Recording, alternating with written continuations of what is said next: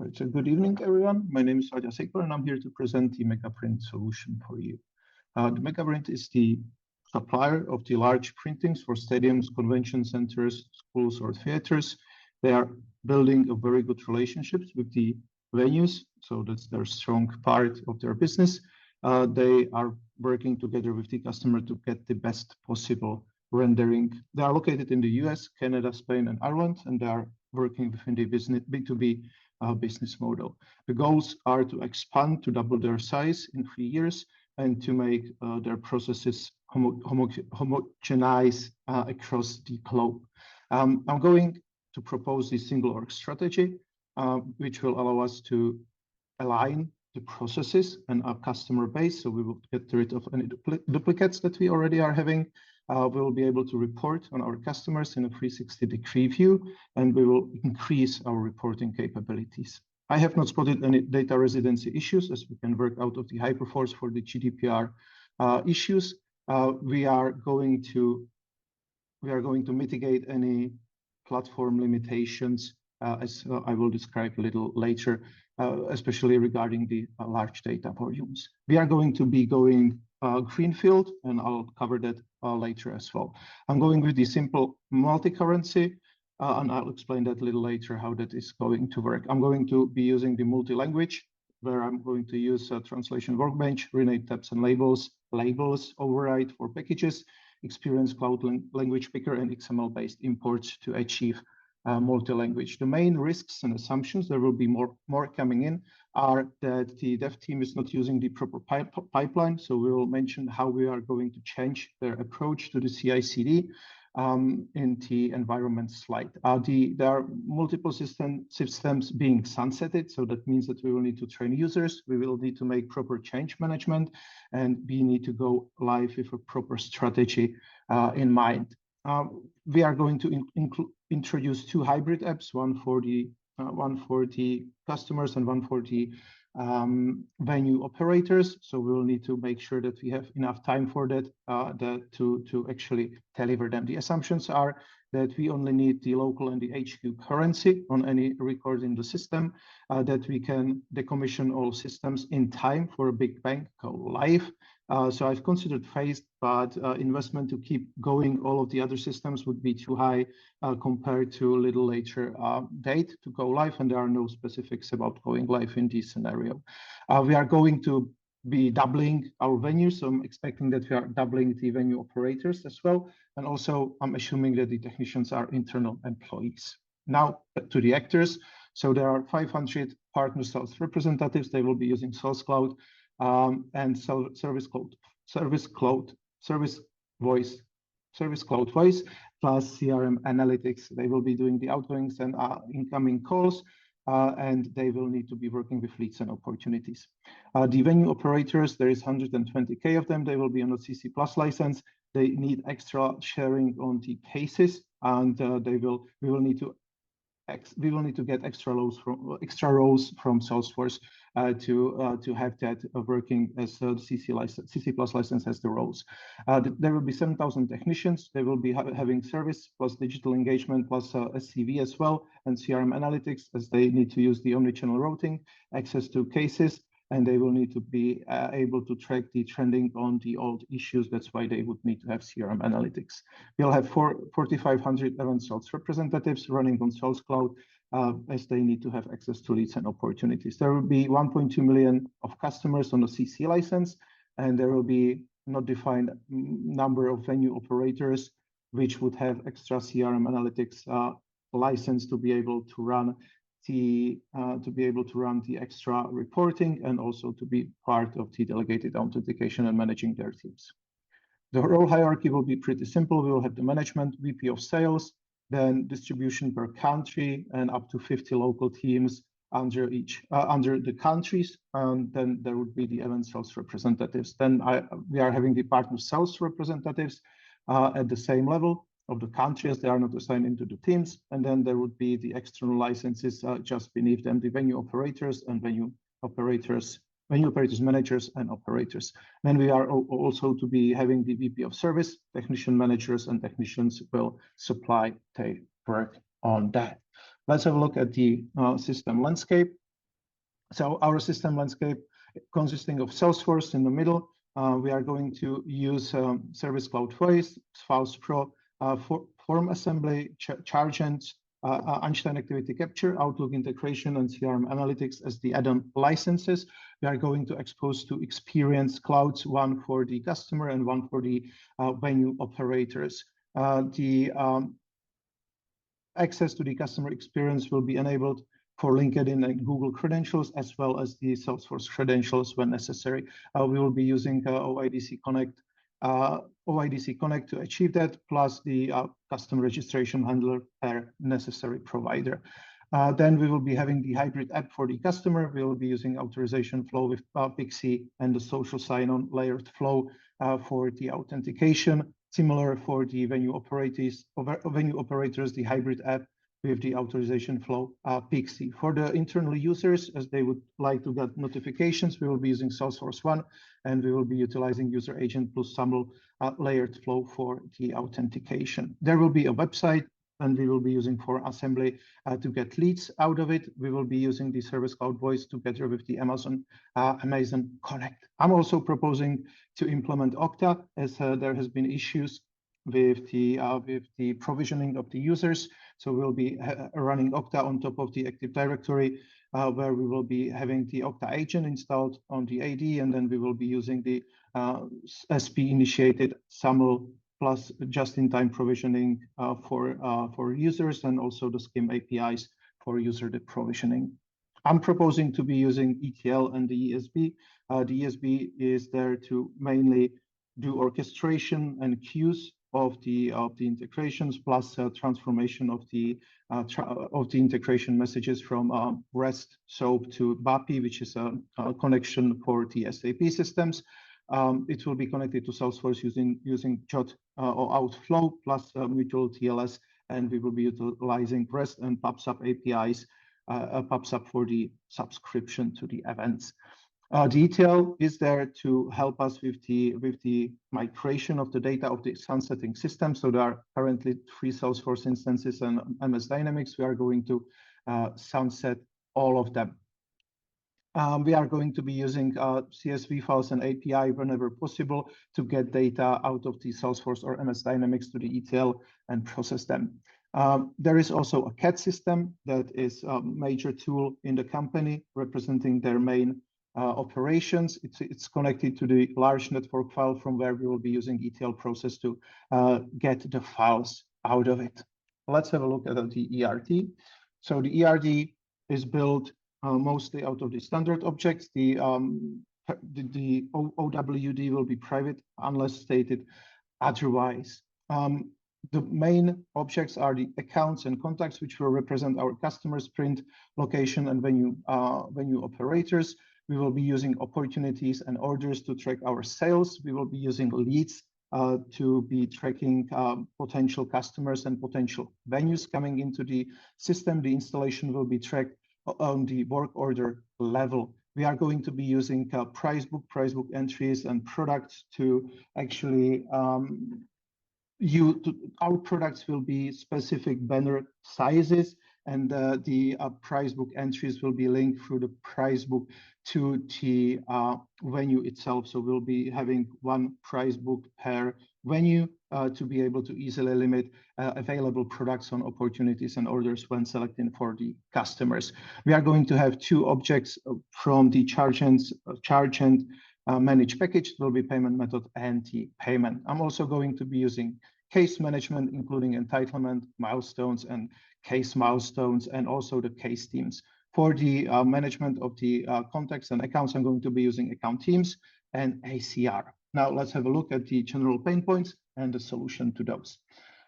So there are issues in provisioning of the user. So in order to solve that, I'm going to be introducing Okta, as already described, and we will be also doing the provisioning to all of the other systems.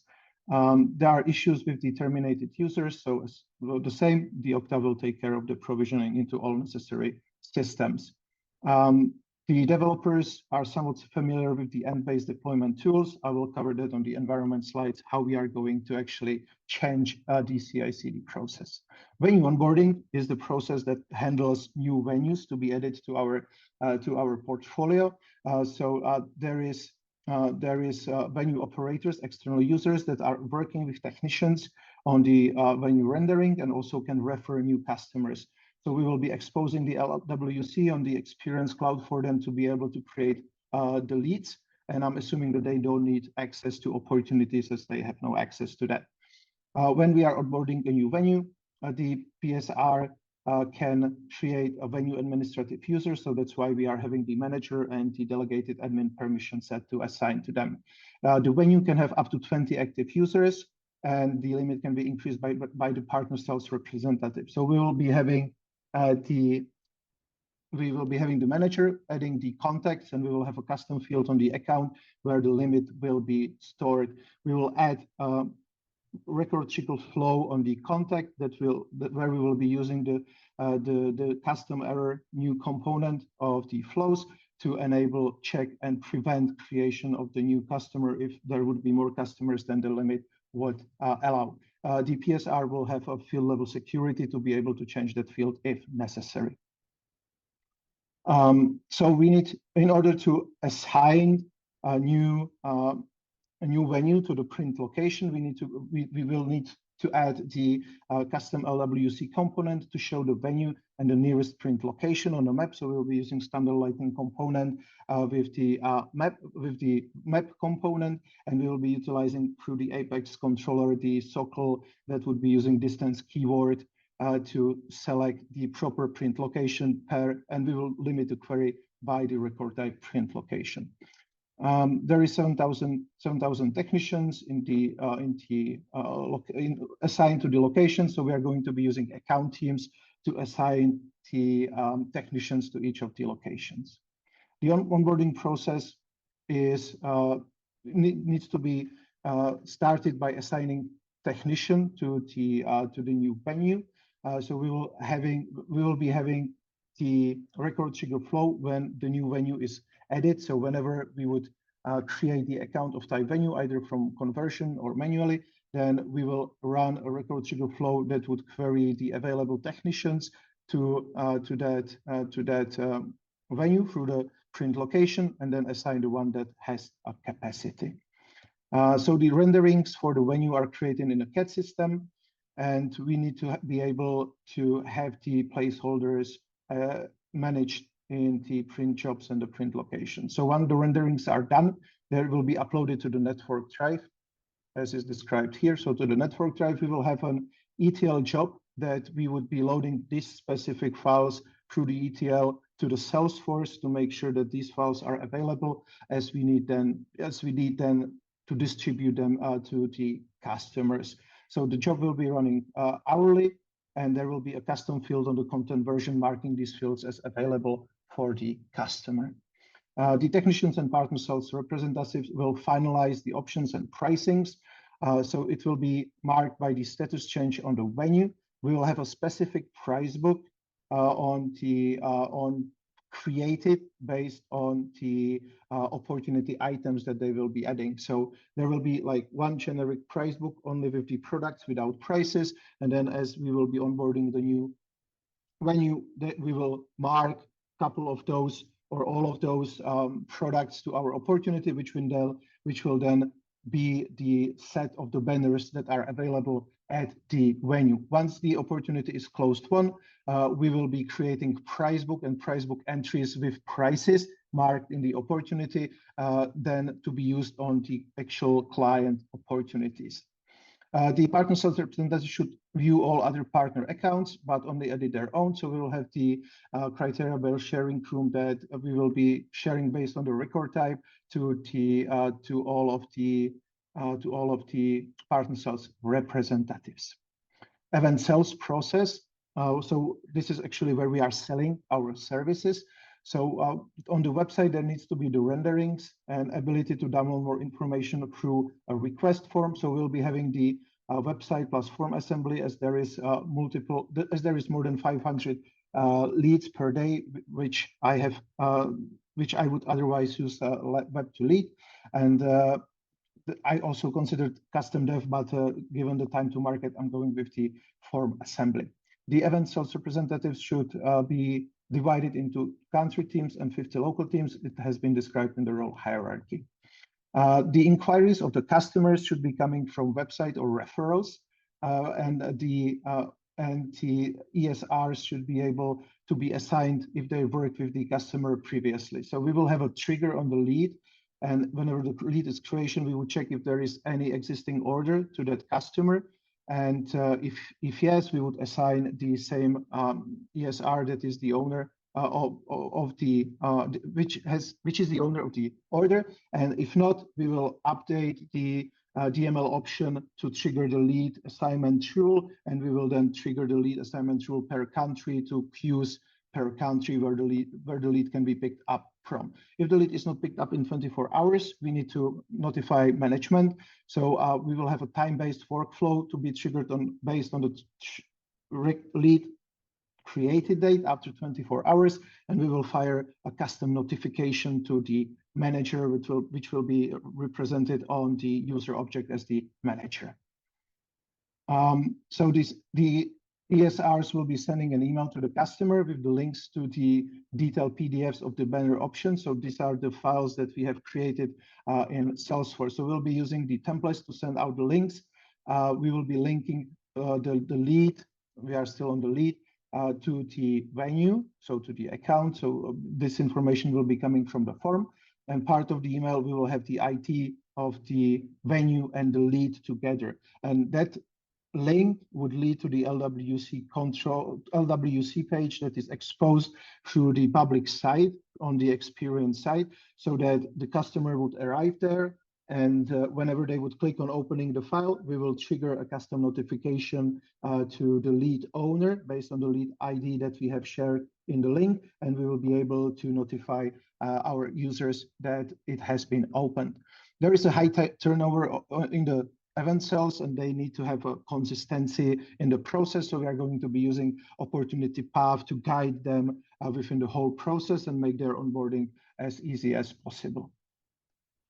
We need to be able to quickly limit the view of the available banners for the sales representatives. We achieve that by actually assigning the correct price book. So we have the price book per venue, and whenever there is a new opportunity for the venue, for the sales, which is the one for our customers, it already needs to be linked to the venue, which is the required field. And based on the linked venue, we select the correct price book entry in before create flow, and only the available products will be visible to them to choose from. The repeat customers would like to use the existing files that are stored on the network drive. Now I'm going to explain how I'm going to work with all of the files. So we are going to be using the Xfiles Pro to achieve ability to keep the files physically on the network drive and still have them in a Salesforce to be easily accessible. Sadly, Xfiles Pro cannot receive notification about changes of the files on the network drive. So that's why I'm proposing to have the hourly ETL job that would be scanning the new files or changes on the network drive, and through the ETL process, it would populate the custom object of the Xfiles Pro in the Salesforce and linking the files and their location through the path on my files, and it will complete the total visibility in between. So then when I would like to use my old ones, then there will be a quick action on the opportunity with the flow. In the flow, I would select the existing order, and then from the order, I would be able to copy the reference from the custom object and link it to my new opportunity to start working on that. How the orders will be created is that our source of truth for the accounts is in the ERP and for the ERP data globally. So we are going to keep both of the SAP systems. We will be distinguishing between them per the location. So my understanding is that the SAP systems are distinguished based on the printing location that they belong to. And we are going to use that. And when integrating our data, we will always know which printing location is going to be used. There are duplicates in the SAP systems. I will cover that during the migration slide. There needs to be local currency in the USD, so 2 currencies. And as I said, I'm not going to be using multiple advanced multi-currency because it doesn't work on orders, on cases, or anywhere else except the opportunity products and opportunity splits. So how I'm going to solve it is on the object where I need to handle currency, I will create 3 fields, 2 number fields, well, actually 3 number fields. The first one will be local currency. The second one will be US-based currency, and then the third one will be the exchange rate. The users will be able to fill in the local currency, each of them based on their local currencies, and then I will have a monthly job that will update the exchange rates on each of those objects as necessary after the change has been done for the given month. It will be a monthly job, and we will also update the standard Salesforce currency table with the new exchange rates that we will be using throughout the month before it will be changed again. There needs to be, in order to process the deposits for the image creation, we will be having a record trigger flow on the opportunity once it's set to the closed one, and it will be after insert flow, and it will generate the payment request using the charge end for 20% of the price. It will notify the customer with the link. Customer clicks on the link. It will be navigated to the secure charge end environment where the charge end would load necessary data from Salesforce and then redirect the user again to the actual payment of the 20% payment. We need to be able to save some data, so we need to be compliant. So we will be only storing some of the data in the payment method object, and we will be having just the mask credit card number and the name and maybe a date of the expiration. Premier customers, if they have no outstanding invoices, should not pay this item. So we are not going to be having invoices in our Salesforce. So what we are going to have is a daily job on the ETL that would load any outstanding invoices from the ERP systems. And if there would be any, we would have a custom field on the account called custom field on the account, and we will put there any value if there would be a value that is outside of the payment date. If that would be the case, and there would be a 0, then there will be no upfront payment for the premier customers. The premier customers status will be stored on the account in the status in the account customer status field, and only SRMs will be able to update it. So we will have the field level security added for them in the permission set. Representatives do not log into SAP directly, so we will be utilizing the BAPI, the ESB to translate messages from Salesforce to BAPI whenever we are integrating the informations.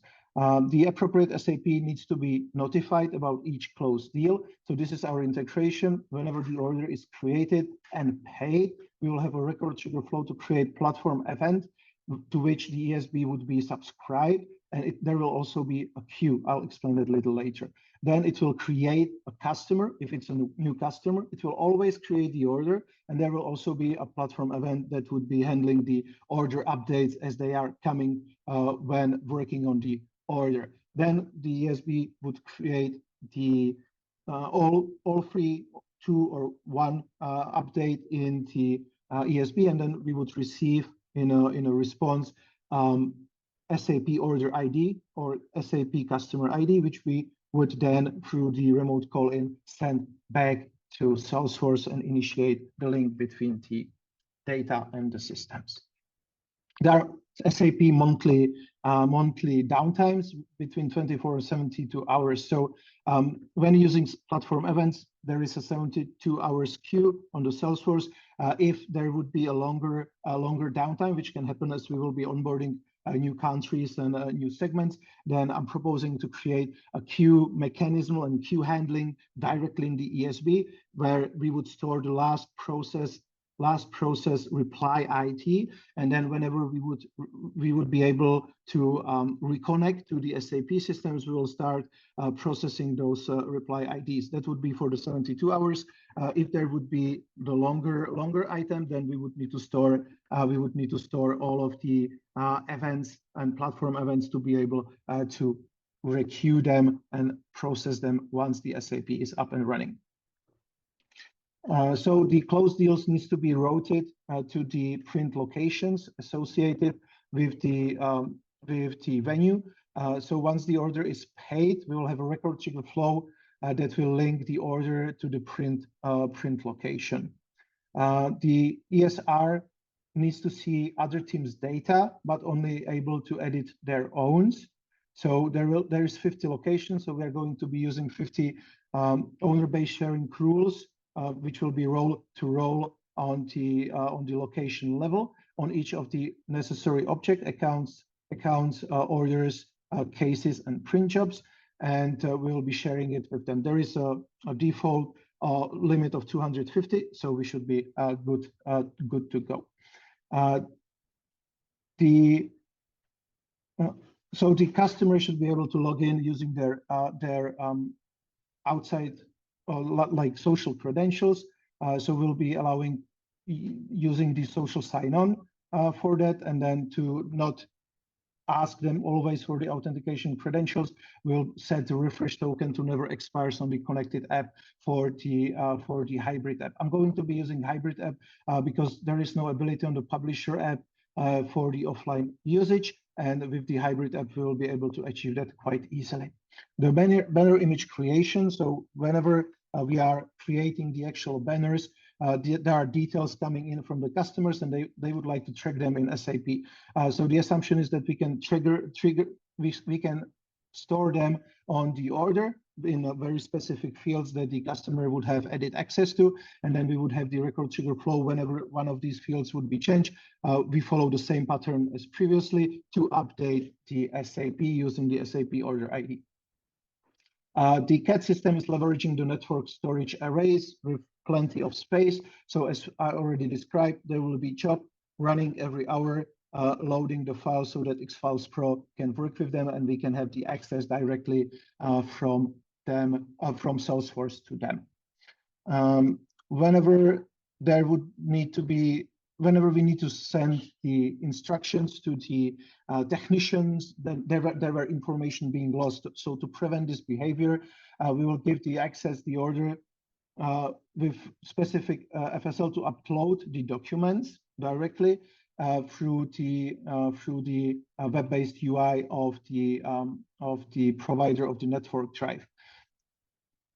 Then, so whenever there is a right combination of banners, then there needs to be the order signed electronically. So we are going to be using DocuSign plus merge fields on the doc template, and then we will have a quick action to run the DocuSign envelope, and the documents to be included will be selected out of the Salesforce, as these will be physically saved in Salesforce. And whenever then the order would be set as to be processed further, we would be deleting the physical files in Salesforce to protect our file storage, and only the files linked through the Xfiles Pro will be available, which are the same files, but to be able to actually include the files in this email, we need to have them physically in Salesforce. Whenever the deal is signed, then we need to log any changes and send the job for the printing. So whenever we receive the signature, which is the ability of the DocuSign plugin, then they can update our data in Salesforce. So it will be change of the order. We will have a record trigger flow to create a print job, which is a custom object right there. The printing of the banners. So whenever there is a print job release, then there are statuses, and the statuses can be sent back to Salesforce from the CAD system. So we will be exposing an API on the ESB that the CAD will be able to call in the webhook manner, and then we will be able to update whatever information we have in Salesforce. The print jobs would get into the CAD systems by the integration. So again, we will follow the same pattern, platform event, through the ESB, and then the remote call-in back with the print job cat ID that would link the records together. There is a daily capacity per different location, and we need to be able to notify users if they would not manage printing in time. So we'll have a custom field on the print job object that will be the timestamp when the status has been changed to ready for printing, and then we will have an hourly job scheduled in Salesforce that will be checking the status of each of the print jobs against the print location account. And then if there would be anything that is above the possible limit, then we will be checking the custom field on the print job that it's under warning and should be looked at. This will also then prompt the owner of the print job to be notified. There is a time-sensitive business, and there needs to be accuracy in the development processes. I will cover that during the environment slide. Technicians can request help from another printing location. So we'll have a quick action on the print job, which has been marked as in danger, and it will then open the invocable action with the SOCL with distance to find closest near printing location with the spare capacity, and then we would be able to select that, update the print job lookup to the print location, and also send the update to the CAD system through the platform event and ESB to change the data there as well, so that the printing can be achieved. The technicians needs to have access to all the jobs. So we will have the permission set with view all on orders, print jobs, and cases, and then we will have the Apex sharing based on these three objects together with the account team members, which is granting us knowledge where they need to have access to give them the access for editing rights to these items. Customers needs to have access to their own orders, print jobs, and issues. So we are going to have, sharing set enabled on using the account on the order, customer on the print job, and visibility of the cases will be done through the standard visibility, as the customer should be added as a contact. Venue operators should have access to orders, print jobs, and issues, and they usually manage multiple venues. So we are going to be using account contact relation for them to link them to multiple venues, and then we'll be using sharing set through the account contact roles and with the lookups on the necessary objects. So one of them on the order.venue will be equal to user contact related account, and that's why we grant them the access. Technician managers review print request jobs, and they should have the daily summary to be sent with them. We are going to deliver that with the report that will be scheduled, and each manager needs to subscribe to it. The vendor installation will be handled through the work order. So we are going to be using hybrid app for them to be able to cooperate, to see and manage the images. Then the workload is set up through the report of the banners that needs to be delivered. And we will be having the report on the order line items per venue and summarized by time. We assume 3 weeks per free event each, so it will be like 500 order line items. So we should be fine with the standard reporting. The setup begins a week before the event, and there needs to be a cooperation through different channels. To achieve that, we are going to represent the setup through the work order, and it will be created 2 weeks before based on the start date on the order through the time-based workflow. We are going to be using email to case, phone with routing through the omnichannel, and the Service Cloud Voice, and the digital engagement to enable chat through the website and the text messages. The issues are primarily managed through email, so that's where we are going to be using Einstein Activity Capture to automatically sync any emails, and we are also going to provide Outlook integration to have an extra ability to see Salesforce data directly from the Outlook. There is a 1 hour initial response time, which we are going to enforce using entitlements, milestones, and case milestones on each of the cases. I considered using case escalation rule, but given the aggressive plan for growth, I settled with the more robust solution that will be easier to expand. The issues needs to allow collaboration between operators, customers, and technicians. So the operators are CC+, so we are going to be using case teams for them. The technician will be the owner, and the customer will have access through the standard means, as they will be the contact there. The technician managers needs to see a report of the print location and the issue types. So I'm assuming the report on cases using type field and location within a summary report. PSRs needs to be able to view all customer issues, so they will have the permissions and view all cases. There is a history of 3 million issues that they would like to analyze. So we are going to migrate that to the data warehouse, and then we will link that and put that into the CRM analytics for further analysis with data coming from other sources as Salesforce as well.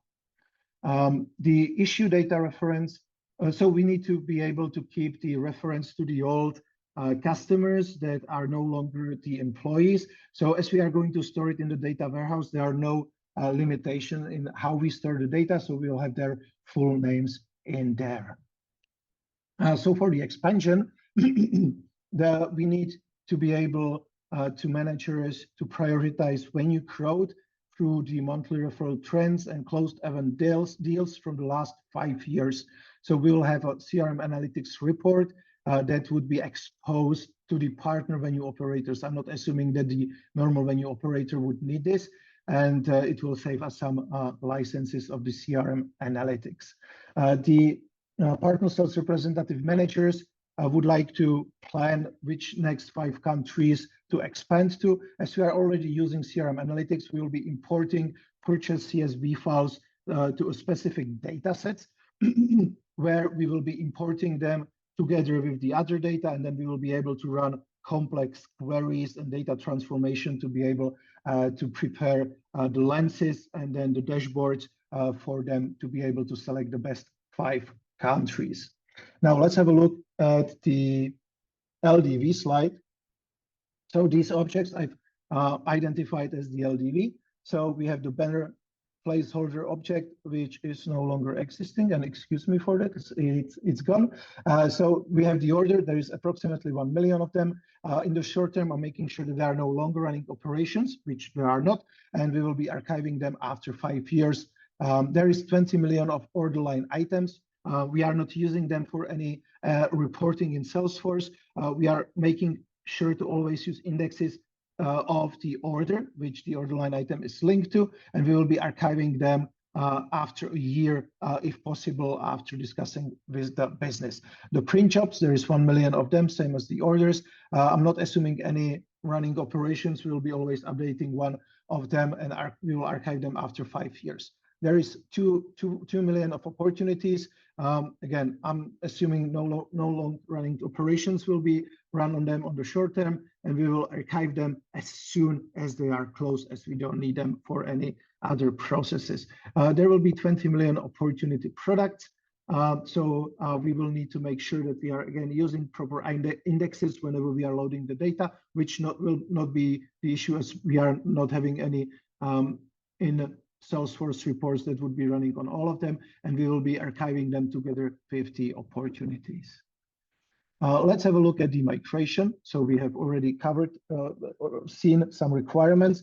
So we will need to migrate from the systems that we are offboarding. So it will be the current MSC Dynamics and the Salesforce systems. We will also need to migrate from SAP the customers. So from the current Salesforces and Microsoft Dynamics, we are going to migrate customers, locations, orders, cases, and the categorization, which is different in each of the Microsoft Dynamics systems, and we will be running the customers from the SAP. We will be using the ETL plus the staging database to do the deduplication together with the data steward to understand the data quality and data issues. We will be running the cleansing of the data, making sure that the format of the data is correct, and we will do the enrichment as we need to have the longitude and latitude for our functionality to be working. We will need to make sure that the category alignment has been done for the issue categorization. From there, once our jobs of cleansing the data are finished, we will be migrating to the Salesforce. We will be uploading to SIT any testing and any testing sample to make sure that our mappings are correct. Then to the staging full load, where we would expect the customer sign off, and to the production full load and the sanity check. We will be also deploying to merge. We will be also pushing data back to SAP once we cleanse and deduplicate the customer data, and we will be using one of the SAP customer IDs that we selected would be the primary one. We are going to be importing into the data warehouse the cases, the customers, and any other related data to be able to build the locations. Before we can do the full load to production, we will need to disable the automation. We will also defer the sharing rules, and we will make sure that our child objects are ordered by parent to prevent any record locks. We will also set the OWD on the objects to be public read write, and after we do the upload of the data, we turn on the automation, get back the sharing recalculation, and set the OWD of the correct values. So when the expansion will be fueled by the acquisition in the new countries, new systems must be integrated, and we cannot afford the SAP system to be in a long downtime. So we will need to make sure that we can deliver quicker in our SAP team. So we will have the SAP team to work in the agile methodology internally to allow them for the trade collaboration that is there already. And then we will be planning the block of features on the high level, on the COE and steering committee level, to make sure that their priorities are set and are clear. We will have a COE and DA, design authority, to set the standard and the documentation to help them with that. There are frequent maintenance downtimes, and we are expecting that the increases in the SAP will be there as well. So we'll be using COE and the design authority to set those downtimes so that they are planned, and we can work around that ahead and make sure that our approach will not prevent correct working. We are also using the ESB to make sure that we can properly integrate everything, even if there has been prolonged periods of time where the SAP has been down. To the governance, we are going with the hybrid approach. So we will be having waterfall to have a strict timelines, and then the inner teams will be running in the agile manner. We are going to live in a big bang. As I said, it will be cheaper, although a little bit slower, but there are no time requirements. We are going to be having a sponsor that will be giving us all of the money that we need, hopefully. Then we will have the steering committee that will be meeting once every week at the beginning, and then once every month, to make sure that we are going through and with the correct architecture decisions, and we are following the business requirements. The COE, the Center of Excellence, will be consisting of the technical part, which will be having the SF architects, SAP architects, all teams for migration, CAT teams, security, Active Directory persons, mobile team, and the integration teams, and also the business part that we would be having the country leads, location leads, to get the exact requirements that we need to implement. Let me now spend the last couple of minutes on the environment strategy. So we are going to be following the Git flow branching strategy. That means that we will have a develop as our main feature branch source, which we will then spin the feature branch for each user story and create and do that user story in a scratch org. We will be writing unit tests if necessary, and then whenever there is a PR submitted back to the develop, we will be running a validation against a newly created scratch org, where not only the unit tests would be run, but also the PMD and linked static code analysis will be done. Then before merging, a code review of the senior colleague will be required. Then the items would get into the release branch, and based on the tagging of each of the commits, it will be released to QA, SIT, UAT, or staging. So in QA, it will be the first environment where we merge our data. We will be running unit tests and integration mocks. In the SIT, we will be running integration tests, sample load data, as I said, and we will be doing the third-party integration. So any third-party sandboxes will be linked to our SIT. Then UAT and staging. UAT will be used for the full data load and UAT acceptance, and the staging will be used for the penetration and performance tests. We don't need to have staging for the whole duration of the project. We need it at the beginning to make sure that our implementation is working fine. We are going to be utilizing the hotfix branch plus the hotfix sandbox if necessary, or a scratch org, to make sure that we can easily fix any production issues that we might be having in a timely manner. And then from the hotfix, it will go back to the main branch and to the release branch and to the develop branch to make sure we distribute all of the items. Thank you very much for your presence, and I'm happy to answer any of your questions.